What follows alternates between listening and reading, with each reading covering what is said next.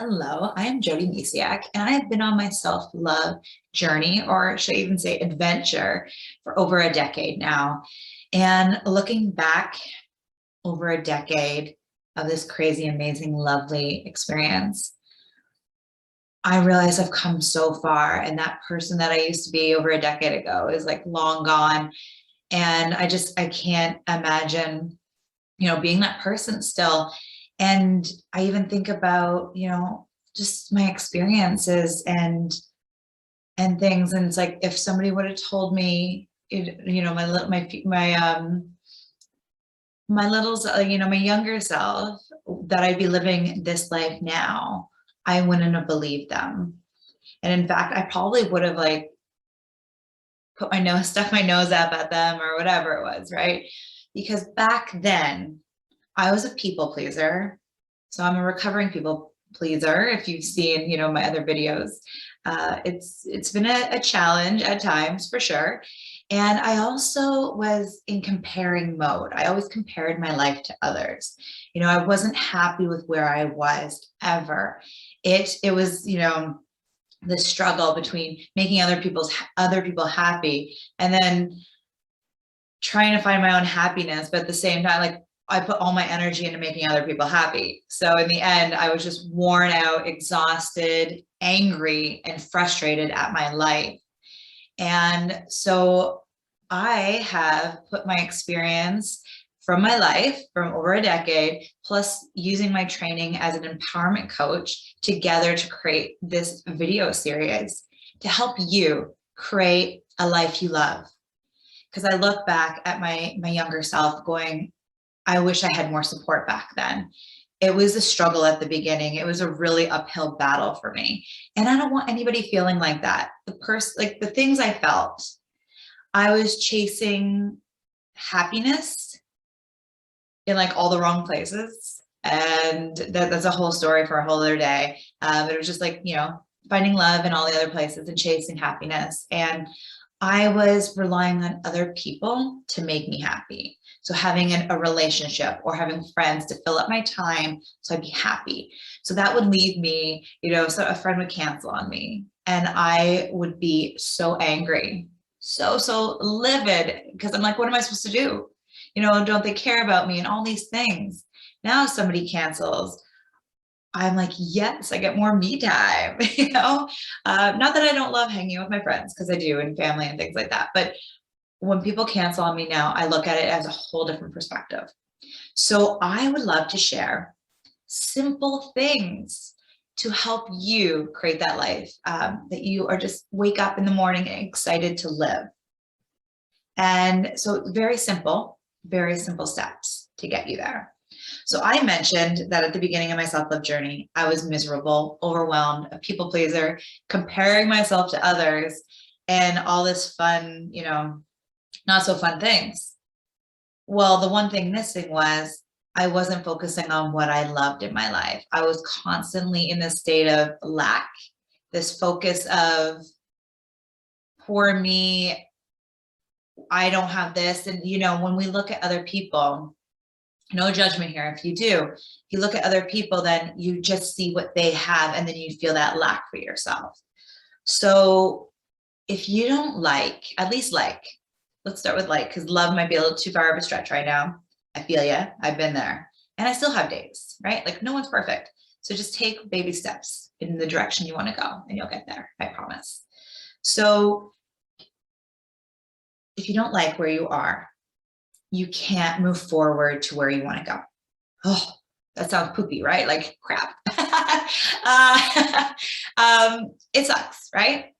You're getting stuck in the muck, in the crap that you don't want in your life because you're focusing on it. And if we, continue to focus on the crap that we don't like, then you just kind of like churn in the mud and you can't get out. So here am I throwing you a rope to help you get out of that big mucky situation and help you move forward towards the life that you love. So when going way back, I shared parts of the story before.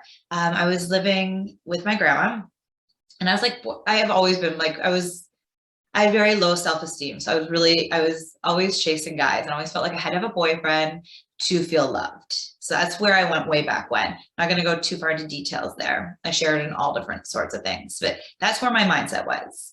And I was living with my grandma. I was in this job that I didn't go to college for. It was a warehouse job. Yeah, it was paying my bills, paying off my loans, and all that fun jazz. But I wasn't happy.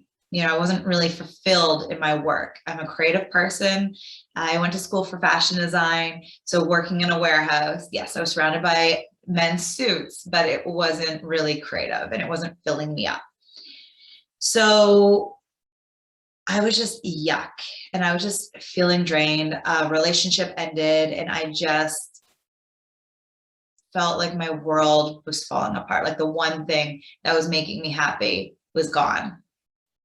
That's the trouble with having things outside yourself, relying on your happiness. So today we are going to find things that are internal and that you're happy for, whether, other people, show up in your life or not.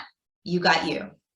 And that was one of my biggest steps on my self-love journey, is to send myself so much love, because I'm the one that is going to be there the long haul, right?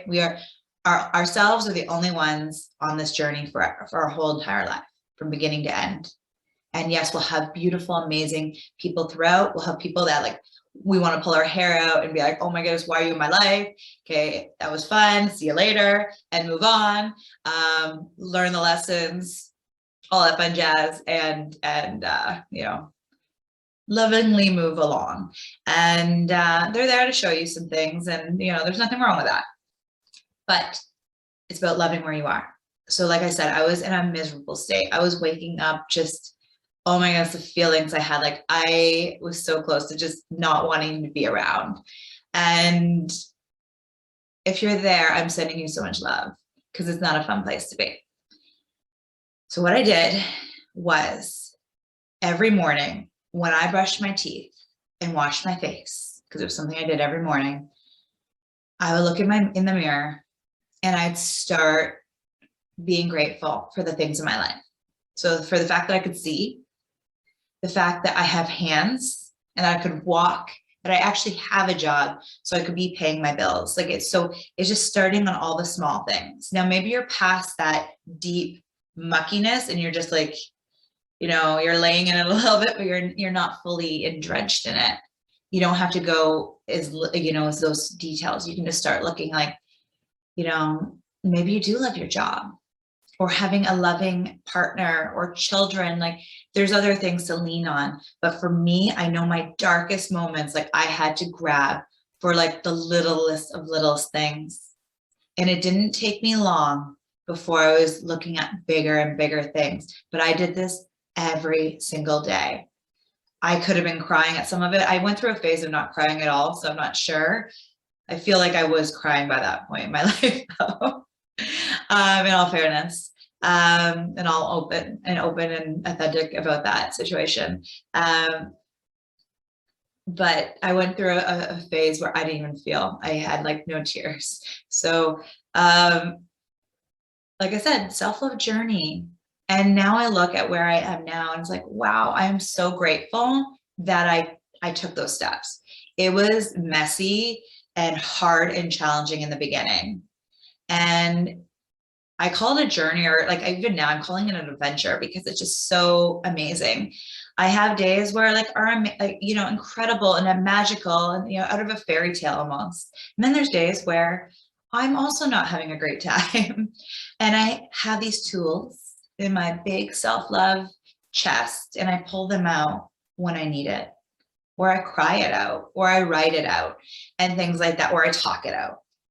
So I always thought self-love was this thing, the end game, you got it, now you're certified, you move on and life is happy dandy, everything's good and golden.